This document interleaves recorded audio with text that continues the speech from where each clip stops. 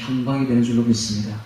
주의 이 말씀을 우리가 주의 깊게 듣고서 진실로 우리의 신앙생활이 지옥으로 향하지 아니하고 천국으로 향하는 천국길을 가는 신앙생활이 될 수 있도록 주의 이 말씀을 지혜롭게 풀어주시며 인도하여 주시옵소서.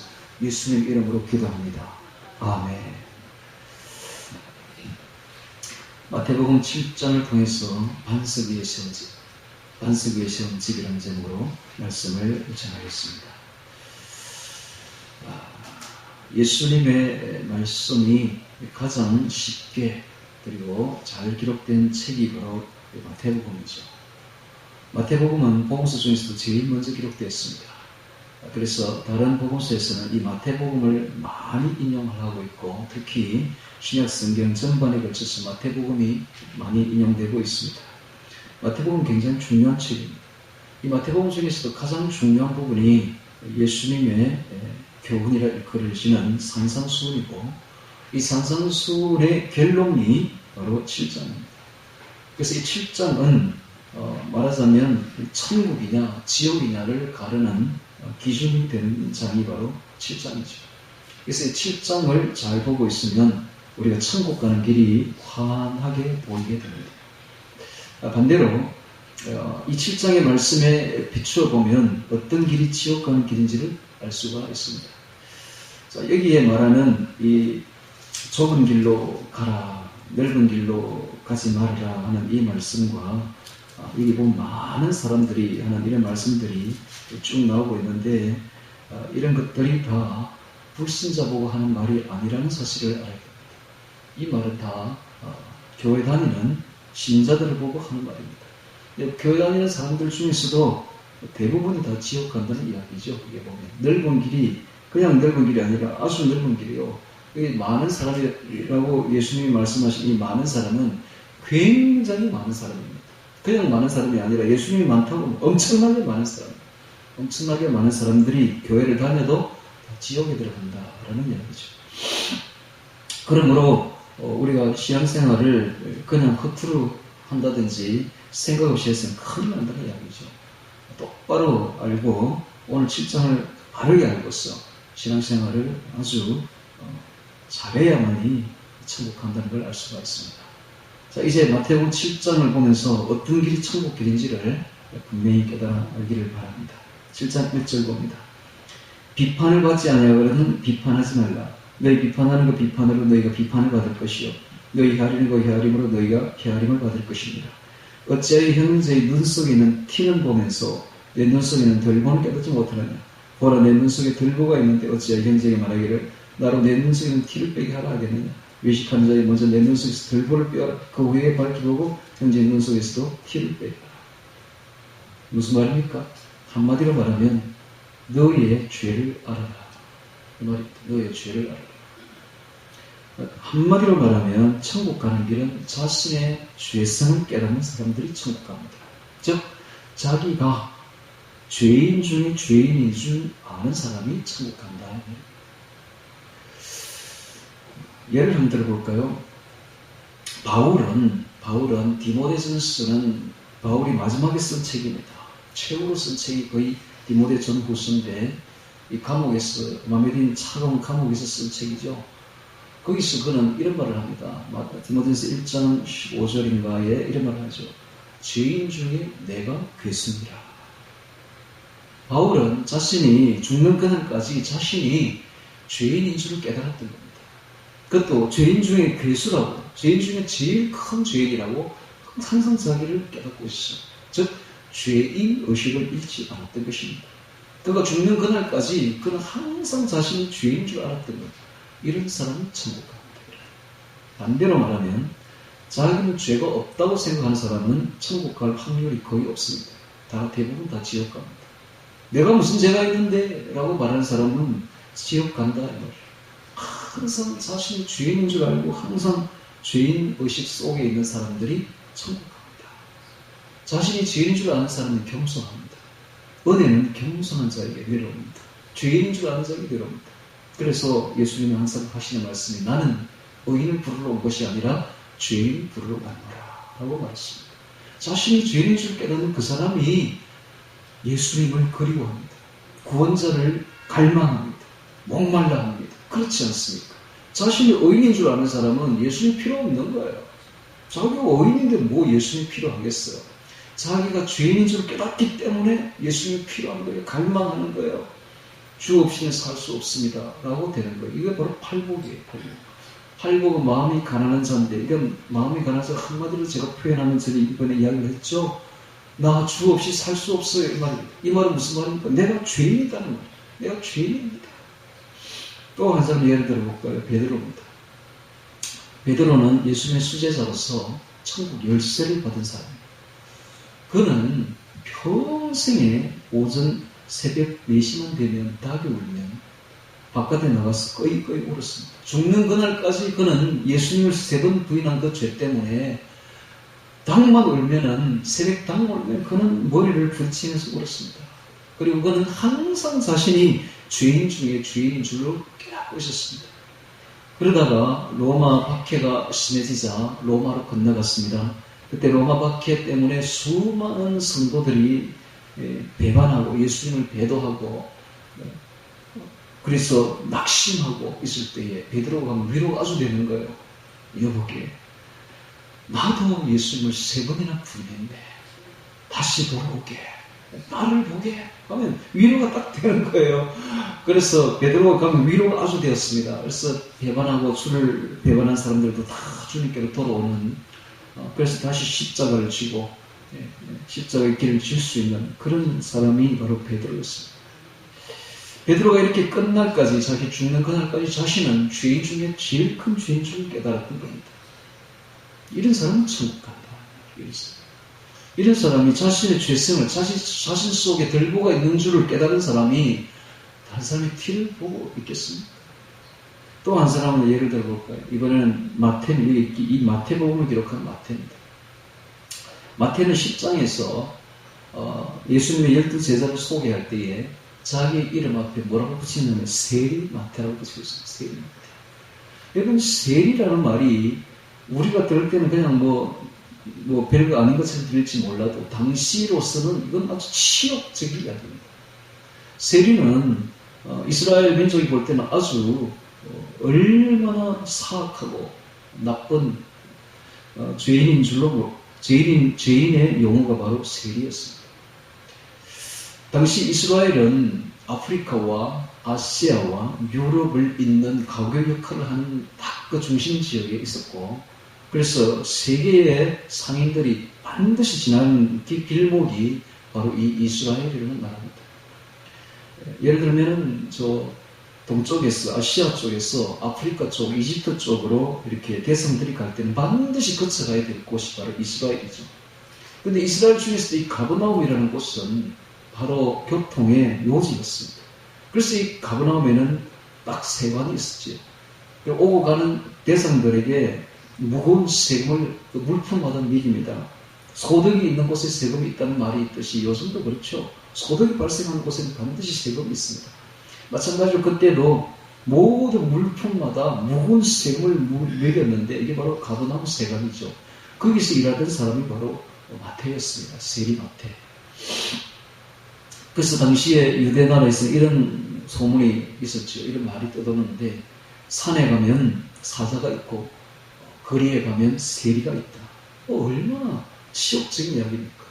그래서 이들은 매국노라 불렸고 물품을 이렇게 세금을 뜯어가지고 일부는 로마에 주지만 일부는 자기가 착복했기 때문에 아주 매국노라 불렸으며 죄인으로 불렸던, 그래서 죄인 중에 두 부류가 있었는데 유대나라에서는 세리와, 첫째 세리와 두 번째는 창녀였습니다.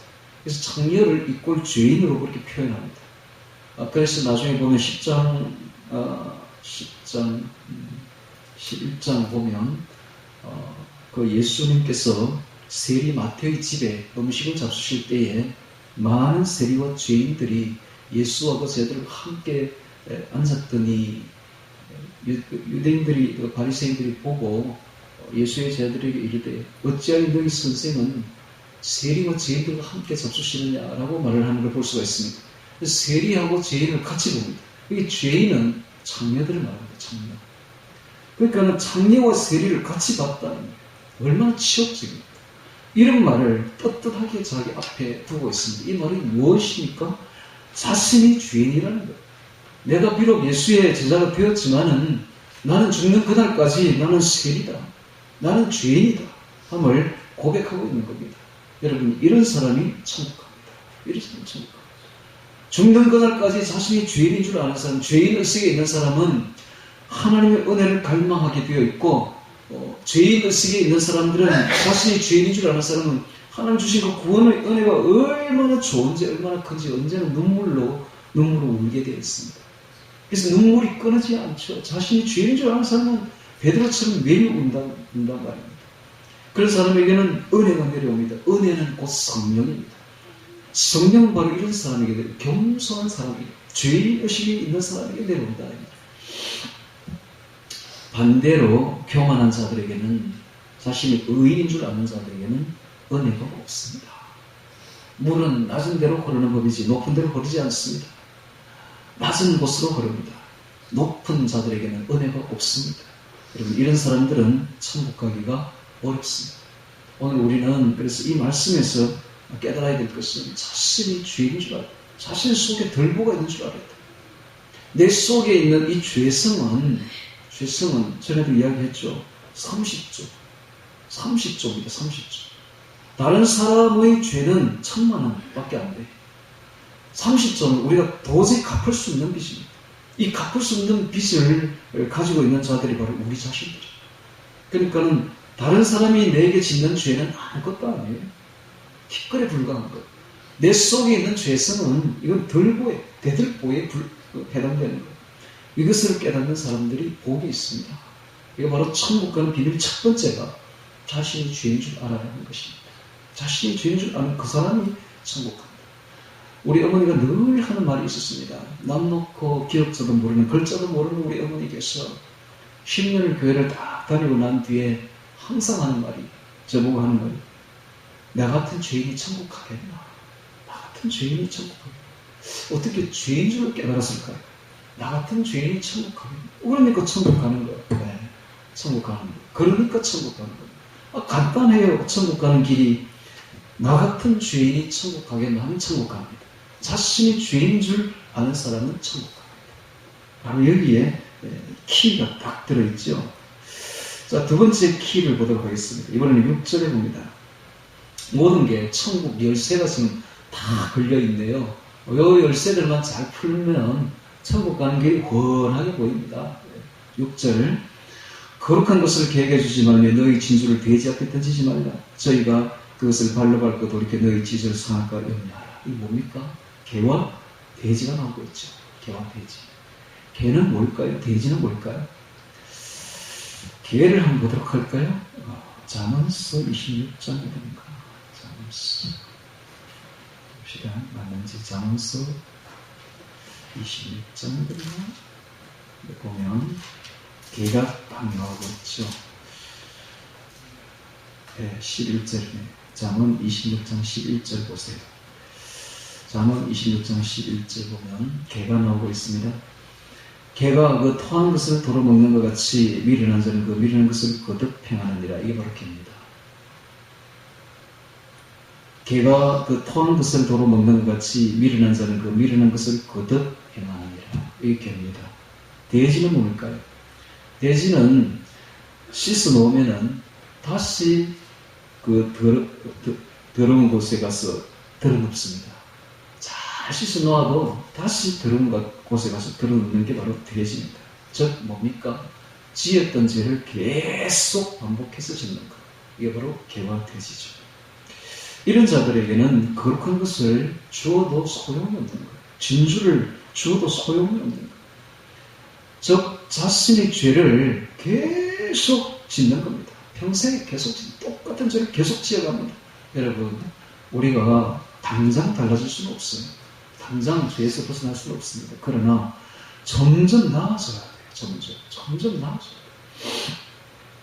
우리의 속에 말씀이 들어오고 그 다음에 성령께서 들어오시면, 진리의 말씀과 함께 성령이 들어오시면 이 말씀을 깨닫게 해주십니다. 그리고 말씀을 묵상하면 이게 밀려나가게 되어 있어요. 죄성이 밀려나가게 돼요. 죄에서 벗어나게 되어 있어요. 근데 이 벗어나지 않는다. 이 문제가 좀 있죠? 이런 사람들은 곤란하다는 겁니다. 즉, 그 속에 말씀이 묵상이 안 되는 사람들. 여러분, 이 괴와 대지의 특징이 레위기 11장에 보면 대세김질을 못하는 짐승들입니다. 이 대세김질이라는 것은 말씀 묵상이에요. 말씀을 암송하고 늘 말씀을 묵상해야 돼요. 말씀을 묵상해야 돼요. 우리 집에 가면 베란다가 있는데 그 베란다에 우리 아내가 그 조그마한 화분을 다육이 같은 이런 거를 다육이 화분을 이렇게 많이 해서 좋아해가지고 갖다 놨더라고요. 제가 이제 너무 보기가 좋아가지고 선반을 이렇게 만들어줬죠. 그랬더니 선반을 이렇게 더 보기 더 좋아. 제가 밖에 나가서 잘 가는 곳이 산이고 들이고 강이고 뭐 이렇듯이 이 하나님 만드신 생명이 있는 곳이 그렇게 아름답지 않습니까? 마찬가지로 다육이를 거기다 쭉 갖다 놓으니까 참 보기가 좋아요. 그래서 그 자리에 이제 의자가 있길래 그 의자에 앉아가지고 그 베란다에서 저는 말씀 암송하는 것이 제 낙이 됐습니다. 그래서 제가 집에 뭐 어디 가서 흔적이 없으면 그 베란다로 오면 돼요. 베란다 오면 늘 말씀 암송하고 묵상하고 있는 모습을 볼 수가 있을 것입니다. 무슨 말입니까? 시간만 나면 성도는 암송해야 돼요. 말씀 암송, 말씀 묵상. 말씀 암송하고 말씀 묵상하면 말씀 암송과 묵상으로 끝나는 것이 아니라 성령님께서 깊은 진리를 깨닫게 해주십니다. 그렇게 하면은 우리 생각이 밀려나가요. 여러분, 우리의 생각은 100% 악한 겁니다. 그걸 알아야 돼요. 내 생각 100% 악한 거예요. 내 생각 100% 악한 겁니다. 그 생각대로 살면 지옥 갑니다. 그러니까 내 생각은 다 밀려나가야 돼요. 내 생각 대신에 주의 말씀으로 가득 채워야 돼요. 이게 천국 가는 비결입니다. 여러분, 내 생각대로 살면 어떻게 되는지 아십니까? 사람의 생각이 어려서부터 악함이라 반드시 육신의 정욕, 안목의 정욕, 이생의 자랑으로 떨어지게 되어 있어요. 물욕, 정욕, 탐심, 매욕으로 반드시 젖어들게 되어 있으면 사람이 그런 존재예요. 그런데 내 생각은 없애야 돼요. 내 생각은 다 밀려나가야 돼요. 밀려나가는 방법이 성령과 말씀입니다. 천국은 바로 이런 겁니다. 예수님께서 이런 말을 하십니다. 세례 요한의 때부터 지금까지 천국은 침노를 당하니 침노하는 자는 빼앗느니라. 이 침노가 밀은 비아제 타이, 밀어내다라는 뜻입니다. 성령과 말씀이 들어오면 우리 속에 있는 이 더러운 생각들을 싹 밀어내버린다. 그래서 내 마음에 말씀만 가득 차게 되고 성령만 가득 차게 되면 이 사람은 당연히 예수님의 사랑의 법을 행할 수밖에 없는 사람이 되는 거예요. 근데 내 생각이 가득 차면 이 사람은 반드시 자기 생각대로 이기적으로 악하게 살 수밖에 없는 사람이 되는 겁니다. 그래서 말씀 묵상을 꼭 해야 돼요. 안 하면 돼지나 개가 되어버립니다. 지었던 죄를 다시 짓고 지었던 죄를 다시 짓고 이런 자들에게는 거룩한 것을 줄 수가 없으며 진주가 뭡니까? 천국 복음이죠. 천국 복음을 던질 수가 없는 거예요. 나중에 13장에 보면 천국 복음에 대한 비유가 나옵니다. 천국 비유. 거기 보면 진주가 나와요. 극히 값진 진주라는 말이 나오고 있습니다. 천국 복음이죠. 천국 복음을 던질 수가 없는 거예요. 계속 똑같은 죄를 짓는 자들에게는 뭡니까? 계속 똑같은 죄를 짓는다는 것은 계속 똑같은 세상 생각, 자기 생각이 가득 차 있다는 이야기죠. 반드시 생각은 생각으로 끝나는 것이 아니라 말과 행동으로 나타나게 되어 있습니다. 속에 있는 것은 반드시 밖으로 드러나게 되어 있습니다. 나중에 예수님의 바리새인들이 이렇게 말하죠. 독사의 자식들아, 너희가 어떻게 선한 말을 할 수 있느냐? 이는 마음에 가득한 것을 입으로 말합니다. 마음에 가득하면 반드시 입으로 나오게 되어 있고 행동으로 나오게 되어 있습니다. 선한 자는 그 쌓은 선에서 선한 것을 내고 악한 자는 그 쌓은 악에서 악한 것을 내느니라. 선한 사람은 반드시 그 쌓은 선에서 말씀과 성령에서 선한 것이 나오게 되어 있고 악한 자는 자기 생각, 세상 생각, 그 쌓은 악에서 반드시 악한 것이 나오게 되어 있는 겁니다. 그래서 돼지와 개는 천국에 들어가지 못한다는 것입니다. 여러분, 돼지와 개가 누구겠습니까? 바로 우리 자신들이에요. 우리 자신들. 성령으로 거듭나야 됩니다. 말씀으로 거듭나야 됩니다. 내 생각으로 살면 반드시 지옥 갑니다. 내 생각은 다 밀어내고 말씀으로, 말씀 암송으로, 말씀 묵상으로, 성령으로 가득 채워야만 사람이 달라집니다. 내 속에 주의 말씀이 들어와요. 포도 진액이 들어와요.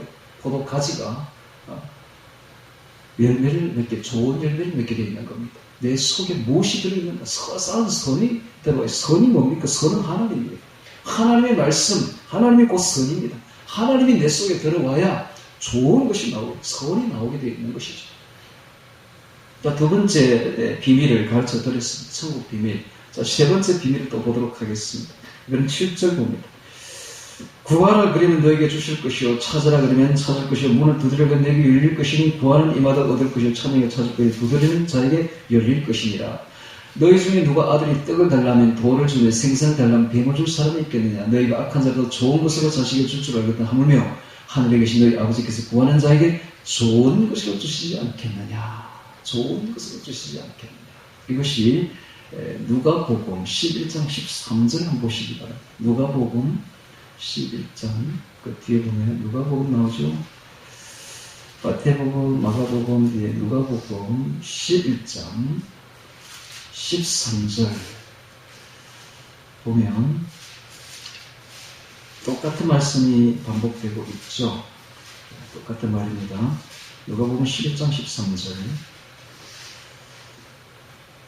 자, 11절부터 보겠습니다. 너희 중에 아비된 그 위에 10절부터 볼까요? 구하는 이마다 받을 것이요 찾는 이가 찾을 것이요 두드리는 이에게 열릴 것이니라. 너희 중에 아비된 자 누가 아들이 생선을 달라면 생선 대신에 뱀을 주며 알을 달라면 전갈을 주겠느냐. 너희가 악할지라도 좋은 것을 자식에게 줄 줄 알거든 하물며 너희 천부께서 구하는 자에게 성령을 주시지 않겠느냐 하시니 좋은 것이 성령이라고 표현되어 있죠. 다시 마태복음에 넘어오셔서 자, 세 번째 천국 가는 비밀이 나왔습니다. 뭡니까? 성령이에요. 성령. 이게 바로 좋은 겁니다. 구하는 것은 뭘 구해야 되는가? 돈을 구하는 말이 아닙니다. 이게 돈을 구하고 뭐 두드리고 이게 아니에요. 구하는 것은 뭘 구해야 되는가? 성령을 구하는 것입니다. 이게 바로 좋은 겁니다. 이게 바로 천국 가는 것입니다. 성령은 어떻게 들어옵니까? 성령은 회개하면 들어옵니다. 회개하면 들어옵니다. 죄를 깨닫는 자, 죄인 의식이 있는 자에게 들어옵니다. 성령은 기도하는 중에 들어오는데 성령은 말씀을 깨닫게 해주십니다. 성령의 세 가지 비밀이 있습니다. 첫 번째는 진리의 말씀을 깨닫게 해주십니다. 두 번째는 하나님의 비밀을 깨닫게 해주십니다. 세 번째는 우리 속에 있는 나쁜 생각을 확 밀어내버립니다. 성령으로 가득 차버립니다. 이게 바로 성령입니다. 성령과 말씀은 똑같은 것입니다. 말씀이 곧 성령이고 성령이 곧 말씀이고 말씀이 곧 주님이고 주님이 곧 성령이십니다. 주님과 성령은 똑같습니다. 쌍둥이와 같이 1년생 쌍둥이와 같이 똑같은 일을 하십니다. 주의 말씀이 내 속에 들어오면 그 말씀을 통해서 하나님의 비밀이 깨달아지고 하나님의 비밀이 깨달으면 내 속에 있는 생각이 확 밀려나가버립니다. 성령을 받기 바랍니다. 할렐루야. 성령의 사람이 되기를 바랍니다. 성령의 사람만이 천국 갑니다. 성령이 없는 사람은 천국 가지를 못합니다. 이 세 번째 비밀입니다. 좋은 것이 바로 성령인 것입니다. 그래서 우리가 구하고 찾고 두들겨야 될 것은 바로 성령 충만인 것입니다. 성령 충만해야 됩니다. 성령 충만하지 않으면 천국 가기 어렵습니다. 성령 충만은 말씀과 기도로 이루어집니다. 우리가 말씀 암송이 곧 기도입니다. 말씀 암송하고 기도하는 중에 성령으로 말씀이 깨달아지는 것입니다. 이게 바로 성령의 역할이죠. 말씀이 깨달아지고 말씀 중에서 하나님 비밀을 깨달아지는 것이 바로 성령의 역할인 것입니다. 오늘 우리가 성령을 통해서 천국 간다. 이 세 번째 비밀인 것입니다. 자, 네 번째 비밀을 보도록 하겠습니다. 13절에 있습니다. 좁은 문으로 들어가라. 멸망으로 인도하는 문은 크고 그 길이 넓고 그를 들어가는 자가 많고 생명으로 인도하는 문은 좁고 그 길이 협착하여 찾는 이가 적음이니라. 둘 다 좁은 문과 넓은 문으로 들어가는 둘 다 기독교인들입니다. 이게 불신자들이 아니에요. 둘 다 믿는 사람들인데 두 부류로 쫙 갈라지는데 여기 보면은 넓은 길로 들어가는 자가 많고 예수님께서 많다 하면 굉장히 많은 겁니다. 그냥 많은 정도가 아니라 아주 많은 겁니다. 대부분이 넓은 문으로 들어가서 멸망으로 인도된다라는 사실이죠. 적다는 말은 아주 극소수라는 말입니다. 아주 극소수. 예수님이 적다는 것은 아주 적다는 이야기예요. 생명으로 인도되어서 천국 가는 사람은 너무나 적다. 같이 교회를 다니고 있어도 너무너무 적다는 거예요. 이게 리얼하게 드러나는 것이 열왕기서에 들어갑니다. 열왕기서에 보면 왕이 40명이 나오는데 유다 나라에 불신자 북이스라엘은 볼 것도 없고 남은 유다만 딱 보면 40명이 나오는데 그 중에 인정받는 왕은 2명밖에 없습니다. 5% 요시야 왕하고 히스기야 왕 두 명밖에 없어요. 그 다음에 어느 정도 인정받는 사람은 4명 딱 나옵니다. 4명. 여호사밧 이런 식으로 아사즈 4명 딱 나옵니다. 10%가 어느 정도 인정받고 그다음에 핵심 사람은 5%밖에 안 돼요. 나머지는 전부 다 버림받습니다. 이게 바로 열왕기서가 왜 기록되어 있겠습니까? 이건 신약 성도들의 이야기입니다. 신약 성도들이 바로 왕적 존재들이거든요. 신약 성도들 중에 몇 프로가 천국 가느냐 딱 나오잖아요. 한 5%밖에 안 된다는 거예요. 10% 정도 어느 정도 천국 가겠나 어느 정도 인정받는데 진짜 백이 성도는 5%밖에 안 된다. 이 말이에요. 극소수는 극소수. 그래서 이 좁은 문으로 들어가라. 멸망으로 인도하는 문은 크고 그 길이 넓고 그리로 들어가는 자가 많고 생명으로 인도하는 문은 좁고 그 길이 협착하여 되어 있는데 이 협착이라는 말이 방해한다, 밀어낸다 라는 뜻입니다. 방해한다, 밀어낸다. 그래서 이 좁은 문에는 참 힘듭니다. 방해하는 것이 너무 많고 밀려나가기가 너무 쉽고 그래서 정말 좁은 문으로 들어가기가 너무너무 어렵습니다. 결론적으로 말하면 이 넓은 문은 세상에 속된 생활을 하는 사람, 육신대로 사는 신앙생활이 바로 넓은 문입니다. 즉 성령 없는 신앙생활이요, 육신대로 사는 신앙생활이요, 세상에 속된 생활을 하는 것이 바로 넓은 문이다 이 말이에요. 그래서 이런 것에는 구분하는 담이 없습니다. 즉 기독교인과 세상 사람들을 구분하는 담이 없어요. 예를 들면 가톨릭 같은 거 하면 제사 마음껏 지내라, 술 마음껏 먹어라, 담배 마음껏 피워라. 전혀 구분하는 게 없습니다. 똑같습니다. 세상 사람들하고 똑같습니다. 절제가 안 되는 것이죠. 절제. 도저히 절제라는 믿음이 없는 것이죠. 이게 바로 넓은 문입니다. 오늘 우리가 성령의 9가지 열매 중에 9번째 마지막 그 열매가 절제인데 이것은 왜 마지막에 나왔겠습니까? 제일 지키기 어렵다는 것이죠. 제일 맺히기 어렵다는 열매가 바로 절제입니다. 절제가 안 되는 것이죠. 이게 바로 넓은 문입니다. 그런데 좁은 문은 바로 십자가의 길입니다. 십자가의 길입니다. 마태복음 16장 24절에 주님께서 말씀하시기를 아무든지 나를 따라오려거든 자기 십자가를 지고 나를 쫓을 것입니다 라고 했습니다. 오늘 우리가 걸어가는 이 길은 바로 십자가의 길인 것입니다. 보통 이 교회가 이제 두 종류로 쫙 갈라지는데 마지막 때가 되면 넓은 문을 가진 교회가 있고 좁은 문을 가진 교회가 있습니다. 이 넓은 문을 가진 교회들은 쉽게 말하면 소경을 인도하는 교회죠. 소경을 인도한다. 보통 지금 우리나라는 이제 곧 대선이 이제 있게 되는데 여러분 잘 봤다시피 그동안 5년 동안 이 문재인이가 일으킨 그 피해는 이루 말을 할 수가 없죠. 주사파죠, 주사파. 즉 김일성을 하나님으로 여기는 자들이죠. 이런 자들이 대통령이 됐으니 우리나라가 어떻게 되겠습니까? 이처럼 지도자 한 명이 나라 전체와 맞먹는 것입니다. 지도자 한 사람은 그 전체와 맞먹는 것입니다. 교회도 마찬가지입니다. 가정도 마찬가지입니다. 교회를 인도하는 목사 한 사람이 잘못되어 버리면 교회 전체가 잘못되어 버리는 것입니다. 소경을 인도하면 둘 다 구덩이에 빠지는 것입니다. 이만큼 마지막 때는 인도자 한 사람을 잘 만나는 것이 엄청나게 중요하다. WCC나 WEA에 가입된 목사를 딱 만나게 되면 어떻게 되느냐. 첫 번째, 그런 교회 가면 성령이 없습니다. 성령을 느끼지 못해요. 성령이 역사하지 않습니다. 그런 교회는. 일단 주를 배도한 교회이기 때문에 성령의 역사가 없는 거예요. 그런데 그 교회에 계속 있다 보면 소경을 인도하니까 같이 지옥에 들어가게 되는 것입니다. 마태복음 15장 14절에 그냥 두어라 저희는 소경이 되어 소경을 인도하는 자로다. 만일 소경이 소경을 인도하면 둘 다 구덩이에 빠지리라. 그렇게 되는 것입니다.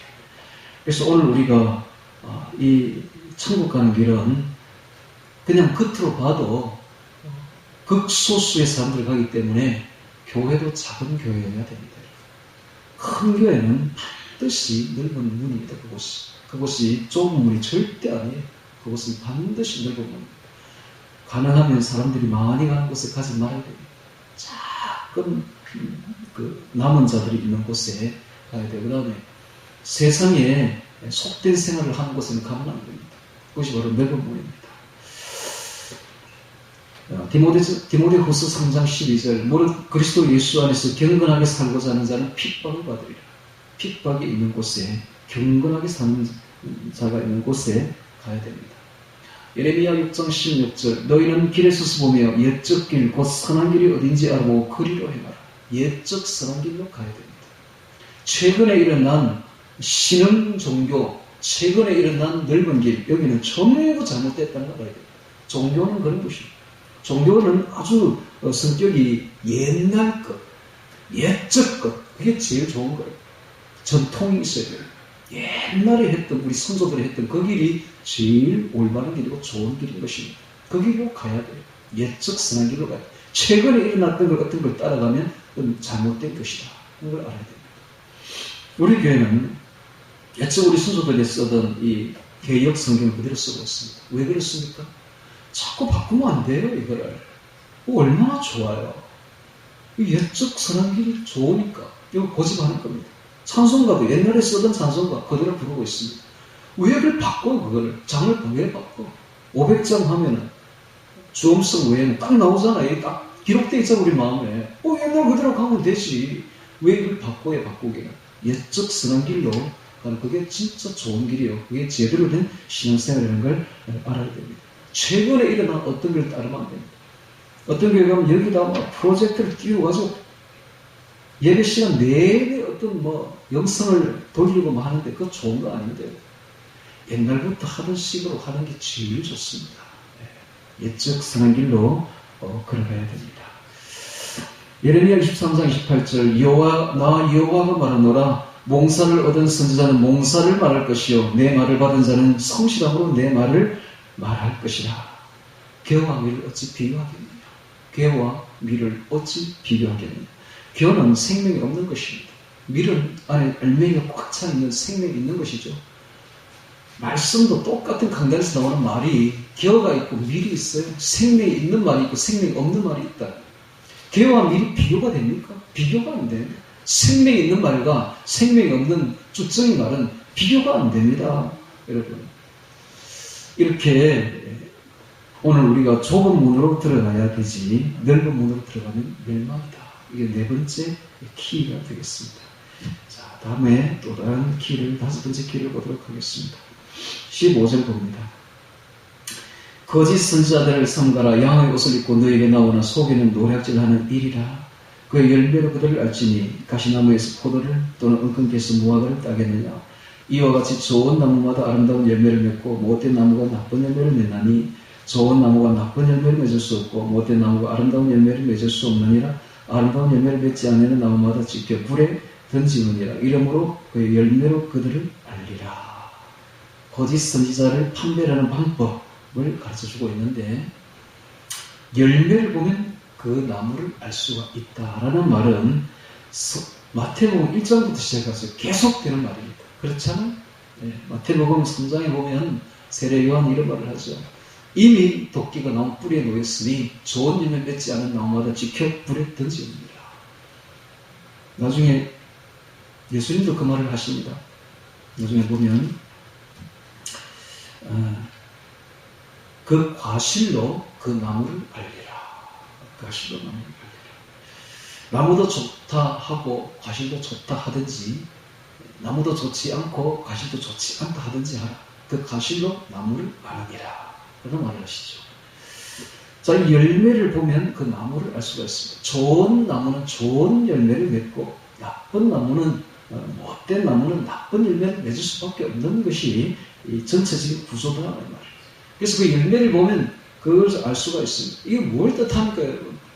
이 나쁘다는 것은 악을 뜻하고 사탄 마귀를 뜻합니다. 그 속에 사탄 마귀가 가득 차 있으면 당연히 나쁜 열매가 나올 수밖에 없는 것이요.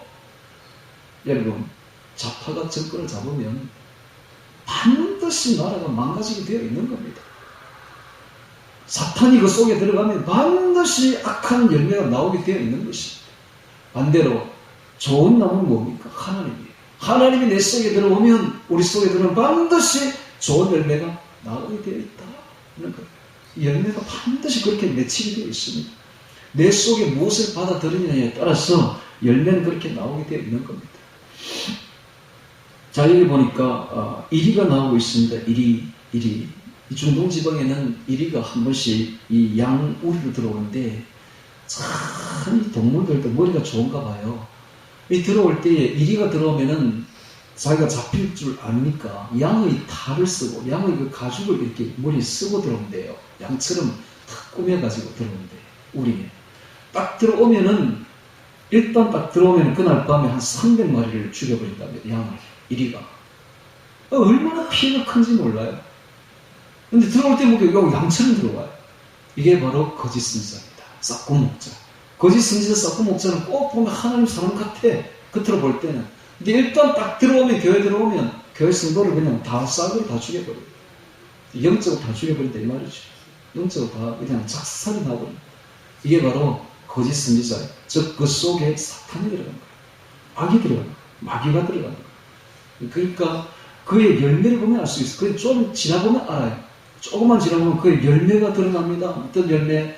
악한 열매들이 막 맺히기 시작합니다. 악한 열매가 어떤 게 있을까요? 악한 열매는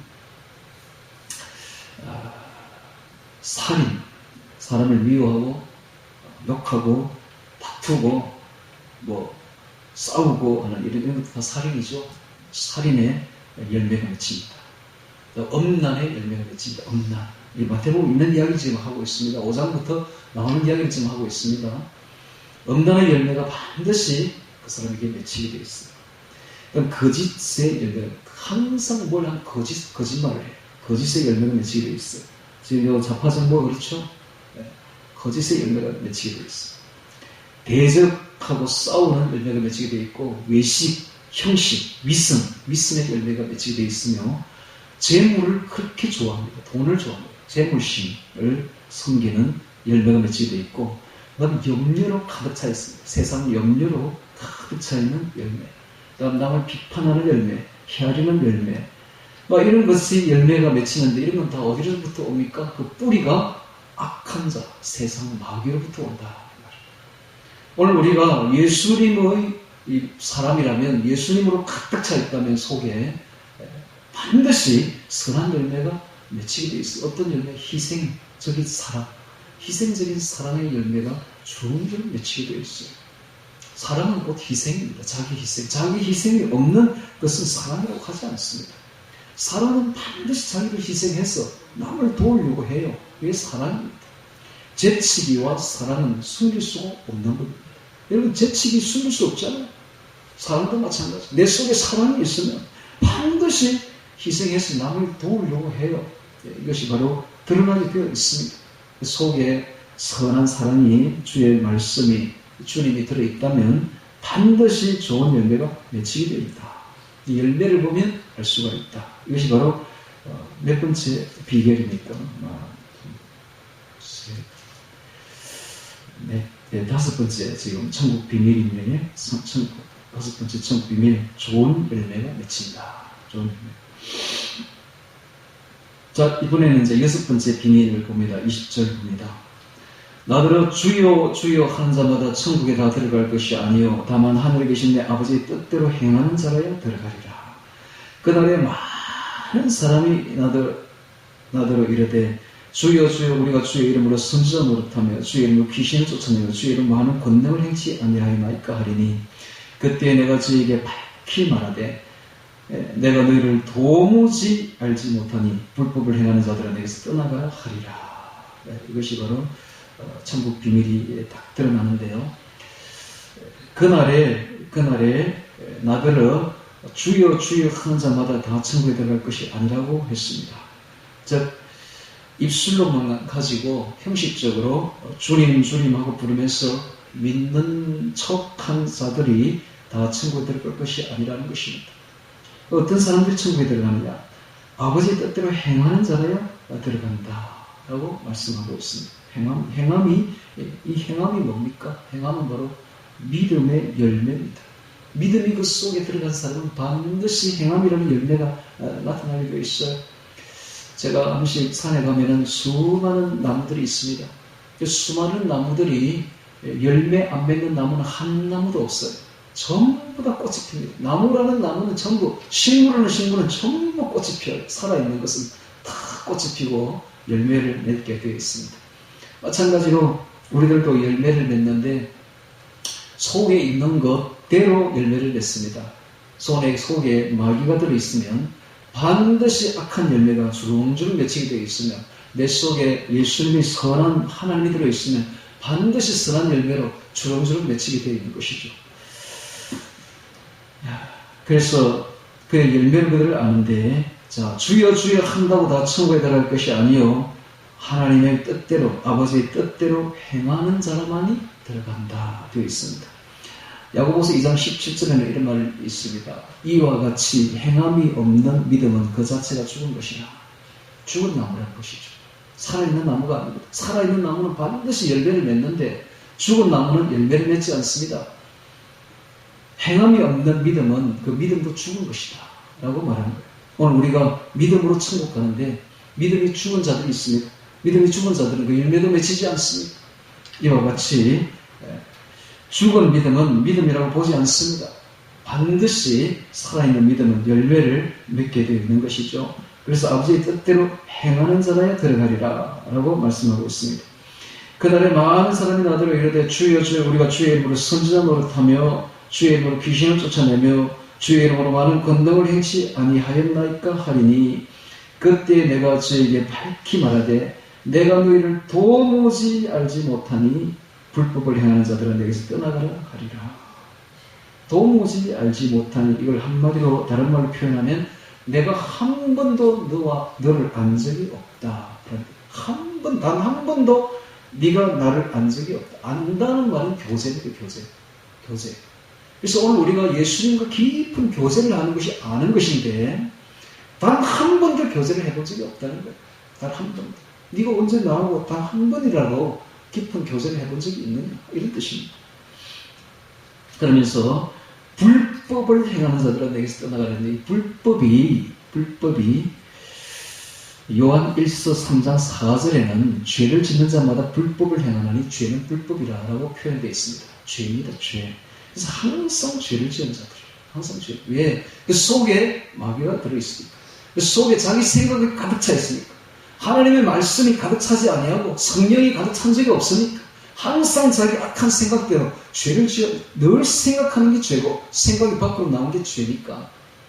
불법을 늘 행했다. 하나님 볼 때 늘 네 생각대로 살았잖아. 네 생각. 여러분 우리 생각대로 사는 게 바로 죄입니다. 죄. 우리 생각대로 살면 100% 지옥 들어가.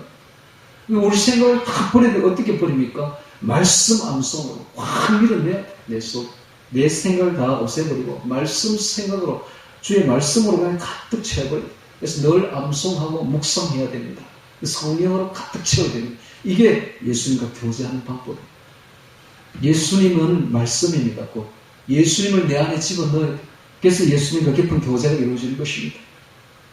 말씀 암송만 한다고 되는 것이 아니라 말씀 암송했으면 그 암송된 말씀으로 기도를 해야 돼요. 기도로 안 하려도 기도로 이어지게 되어 있습니다. 기도하는 중에 주의 비밀을 깨닫게 되고 주님과 교제를 하게 되고 그 말씀으로 주님과 하나가 되게 되고 교제 이걸 아는 것입니다. 안다. 근데 네가 한 번도 그래 해본 적이 없다는 거예요.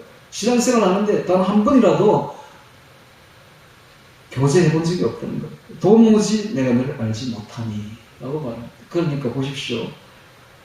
겉으로 드러나게 귀신을 쫓아내고 선지자 노릇하고 많은 권능을 행하는 거하고 참 신앙생활은 아무 상관이 없다. 우리의 신앙생활은 속에서 이루어지는데 내 안에서 이루어지는 아무도 몰라요. 그래서 이런 말을 하죠. 그는 다투지도 아니하며 들레지도 아니하리니 아무도 길에서 그 소리를 듣지 못하리라. 신앙생활 진짜 이렇게 거리에 외치지 않습니다. 사람들에게 드러내지 않습니다. 크게 행사를 벌리지 않습니다. 그리하지 않아도 아무도 그 소리를 듣지 않아도 내 속에서 조용하게 주님과 반 둘이씩 이루어지는 거예요. 이게 바로 진짜 신앙생활. 그렇게 한 번도 해본 적이 없다는 거예요. 항상 드러내기를 좋아하고 귀신 쫓아내고 권능을 병자들을 일으키는 권능을 행하고 선지자 노릇하고 사람들 앞에 큰 무슨 하나님의 사도인 것처럼 그렇게 행동했지만 정작 자기 속에는 단 한 번도 예수님과 동행해 본 적이 없다. 한 번도 예수님과 교제해 본 적이 없다는 거예요. 네가 단 한 번이라도 나와 함께 한 적이 있느냐. 여러분 이해가 안 되죠. 제가 이런 말을 하니까. 근데 이게 실제입니다. 실제입니다. 어떤 유명한 목사님이 천국에 갔더니 예수님이 그러시더라고요. 네가 단 한 번이라도 나와 진정이라도 대화를 해본 적이 있느냐. 놀랍죠? 놀랍습니다. 그렇습니다. 그래서 참 신앙생활이 뭔지를 정확하게 주님께서 지금 찍어주고 있습니다. 지금 이렇게 외부적으로 크게 뜨들썩하게 하는 이런 신앙생활들 하나님 전혀 인정하지 않습니다. 사람 보기 좋으라고 사람에게 보이기 좋으라고 하는 신앙생활들 하나님 예수님은 단 한 푼의 가치도 보지 않는다는 거예요. 내 속에 이루어지는 하나님 나라가 중요합니다. 하나님 나라는 내 안에서 이루어져야 되는데 이것은 내만이 알 수가 있어요. 나와 주님과 1대1의 신앙생활, 1대1의 관계가 제일 중요하다는 겁니다. 단 한 번이라도 네가 그렇게 해본 적이 있느냐? 주님께서 말씀하시는 거예요. 혼자 있을 때가 중요합니다. 혼자 있을 때 내가 뭘 하느냐를 보십시오. 그게 바로 신앙의 진면목입니다. 혼자 있을 때에 시간이 날 때 나는 무엇을 하고 있는가? 그때가 바로 예수님을 체크하고 있는 때입니다. 혼자 있을 때 주님과 동행한다면 그 사람은 진짜 신앙생활, 리얼 크리스찬입니다. 여러 사람과 함께 신앙생활 하는 것은 전혀 주님이 보지 않습니다. 네가 혼자 있을 때 뭘 하는가 이걸 보겠다. 혼자 있을 때 네 생각대로 가득 차서 네 마음대로 걸어가느냐 아니면 내 생각으로 가득 차서 내 말씀대로 내 성경으로 가득 차거나 이것이 리얼 크리스찬이냐 아니면 형식적인 신앙생활이냐를 구분하는 시금석이 되겠다는 것입니다. 네가 단 한 번이라도 나와 함께 교제해 본 적이 있느냐? 내가 도무지 너를 알지 못하니 이렇게 나온 거예요. 자, 오늘 지금 귀한 말씀을 하고 있습니다, 여러분. 이게 바로 신앙생활에 지금 완전 진수를 찌르고 있는 말씀이요. 이게 바로 천국 가는 비밀을 지금 이야기를 하고 있습니다. 자, 불법을 행하는 이 불법이 죄인데 아까도 제가 이야기했죠. 자기 생각대로 가면 그게 바로 불법입니다. 그게 죄입니다. 우리의 생각은 전부 다 죄악뿐이에요. 그래서 내 생각을 다 없애버리는 게 신앙생활의 요체인데 이 없애는 방법이 말씀과 성령이에요. 말씀, 암송과 성령. 기도, 즉 말씀과 기도죠. 말씀과 기도로 내 생각을 밀어내버리고 예수님의 말씀으로 성령으로 채우는 것. 이것이 바로 신앙생활이다 라는 걸 알 수가 있습니다. 자, 24절에 보겠습니다.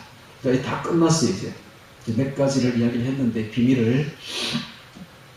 그러므로 누구든지 나의 이 말을 듣고 이대로 행하는 자는 그 집을 반석 위에 지은 지혜로운 사람 같으니. 반석이 바로 예수님을 말합니다. 항상 성경에서 반석을 말할 때는 예수님을 말합니다.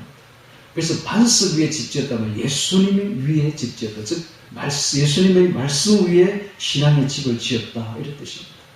오늘 우리가 예수님의 말씀 위에 예수님 위에 신앙생활을 해야 됩니다. 우리의 신앙의 집을 지어야 되는 것입니다. 반석 위에 지은 지혜로운 사람 같으니 비가 내리고 창수가 나고 바람이 불어. 이 말은 여러 가지 어려움이 닥쳐온다. 핍박과 환난과 어려움이 닥쳐온다는 거예요. 어려움이 닥쳐와도 무너지지 아니하는 어떤 어려움이 닥쳐와도 절대 흔들리지 않습니다. 나중에 예수님이 이런 말을 합니다. 몸은 죽여도 영혼은 죽이는 자들을 두려워하지 말고 몸과 영혼을 너희 지옥에 멸하시는 자를 두려워하라. 자기가 죽을지언정 순교를 당하는 현장에 갔을지라도 전혀 두려워하지 말라는 거예요. 너희는 머리털까지 다 세신바 되었나니 너희는 많은 참새보다 귀하니라. 참새 한 마리도 하나님께서 허락하지 않으면 땅에 떨어지지 아니하느니라. 그러므로 두려워하지 말라. 사람 앞에서 나를 시인하는 자는 나도 하늘에 계신 내 아버지 앞에서 저를 시인할 것이요. 사람 앞에서 나를 부인하는 자는 나도 하늘에 계신 내 아버지 앞에서 저를 부인하리라. 라는 말을 합니다. 그러니까 어떤 곳에 가더라도 설사 순교를 당할 그런 장소에 간다 할지라도 두려워하지 말고 흔들리지 말라는 거예요. 예. 이게 바로 비가 내리고 창수가 내리고 바람이 부는 겁니다. 비가 내리고 창수가 나고 바람이 부는 조그마한 환란, 큰 환란이 다가와도 흔들림이 없는 사람은 그 반석 위에 예수님 위에 신앙을 지었기 때문에 흔들림이 없는 거예요. 이번에 코로나라는 조그마한 환란이 왔는데 거의 다 무너졌어요. 그렇죠? 여러분, 우리나라 95%가 백신 다 맞았어. 95%. 뭡니까? 다 무너진 거예요. 신앙식 때 다 무너졌다는 게 외형적으로 다 드러나잖아요. 신앙인들이라면 그 조그만 환란도 못 견디냅니까? 그것도 하나 이겨내지를 못해요. 순교도 이겨내야 될 사람들이 그것도 하나 못 이겨내요. 정부의 압박에 못 이겨가지고 그렇게 겁납니까, 정부가? 그것도 하나 이기지 못해가지고 다 무너집니까, 그렇게? 어떻게 그 신앙의 집을 지었다고 할 수가 있습니까, 반석 위에? 앞으로는 그건 아무것도 아니에요. 지금 그 코로나를 일으킨 빌 게이츠가 뭐라고 말합니까? 그건 시험에 불과하다. 시험 한번 해봤다는 거예요. 얼마나 무너지는지. 앞으로는 진짜로 보내겠다는 거예요, 진짜로. 진짜 이제 진짜 팬데믹이 온대. 엄청난, 그 성경에도 나오잖아요. 네 번째 말, 청황실 말, 전염병 딱 나오잖아요. 사망이라고 표현돼. 엄청나게 죽습니다. 이번에 진짜 죽습니다. 그런 걸 일으키겠다고 자기가 입으로 공언하고 다닙니다, 지금 아예. 그런 올 때쯤 되면 어떻게 되겠어요? 작은 것에도 견디지를 못하는 사람들이 큰 환란이 오면 어떻게 되겠어? 신앙의 집을 예수님 위에, 말씀 위에 짓는 사람은 어떤 환란이 온다 할지라도 흔들림이 없습니다. 비가 내리고 창수가 나고 바람이 불어도 흔들림이 없습니다. 왜냐하면 이는 주초를 반석 위에 예수님 위에 놓는 거예요. 설사 죽는다 할지라도 흔들림이 없는 것이죠. 나의 이 말을 듣고 행치 아니하는 자는 그 집을 모래 위에 지은 어리석은 사람 같아요. 모래는 뭡니까? 예수님이 아닌 인간의 지식 위에, 인간이 만든 교리 위에 집을 지은 자들은 어리석은 자들입니다. 이런 자들은 비가 내리고 창수가 나고 바람이 불어 그 집에 부딪히며 그 무너짐이 심합니다. 칼빈의 예전론 같은 이런 믿음은 구원받는다더라. 믿기만 하면 구원받는다더라. 행위는 상급에 불과하다더라. 이런 이상한 교리 위에 자기 집을 짓는 사람은 여러분 행위와 믿음이 어떻게 구분됩니까? 믿음이 있으면 당연히 행위로 나타나게 되어 있는 것이죠. 나무가 살아있으면 당연히 열매를 맺게 되어 있는 열매가 행위 아닙니까? 그걸 어떻게 구분합니까? 그걸 구분했어요. 교리가 해가지고 믿기만 하면 구원받는다. 행위는 상급에 불과하다. 어떻게 그 구분할 수가 있지, 그렇게? 그렇게 하면 무너진다. 무너짐이 심합니다. 이게 우리는 주의 말씀 위에 신앙의 집을 지어야 되지 인간이 만든 교리 위에 집을 지으면 안 됩니다.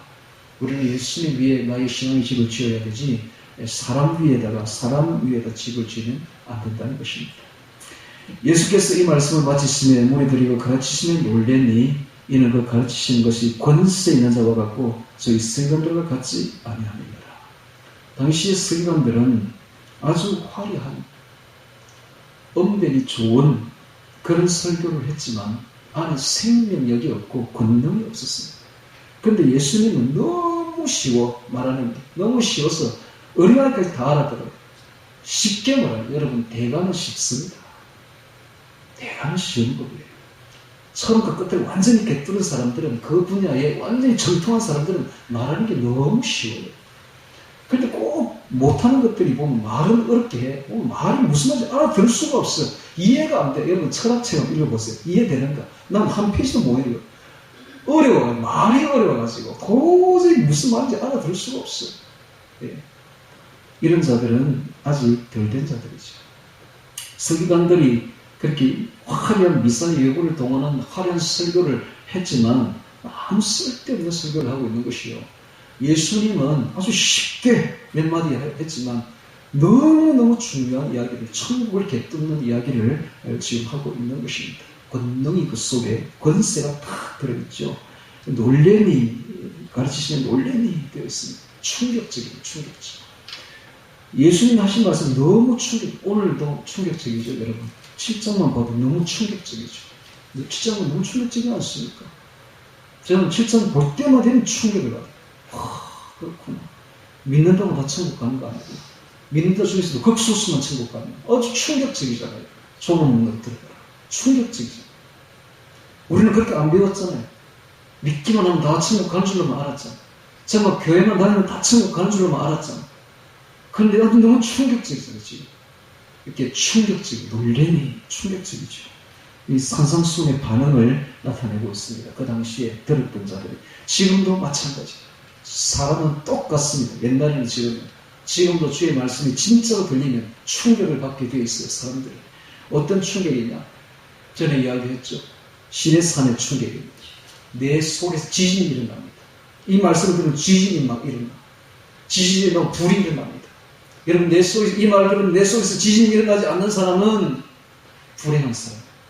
이 말씀을 듣고 내 속에서 지진이 일어나야만이 복된 사람입니다. 할렐루야. 충격을 받아야 돼. 넘어져야 돼. 깨어져야 돼. 그래서 새롭게 결심하고 자신의 신앙을 정립하려고 하는 마음을 가진 사람이 복된 자들입니다. 오늘 이 말씀을 듣고 우리 모두 새롭게 자신의 신앙을 정립하여서 다 지옥에 가지 말고 천국에 다 들어가기를 주의 이름으로 축원합니다. 다 같이 오늘 말씀 기억하며 기도드리겠습니다.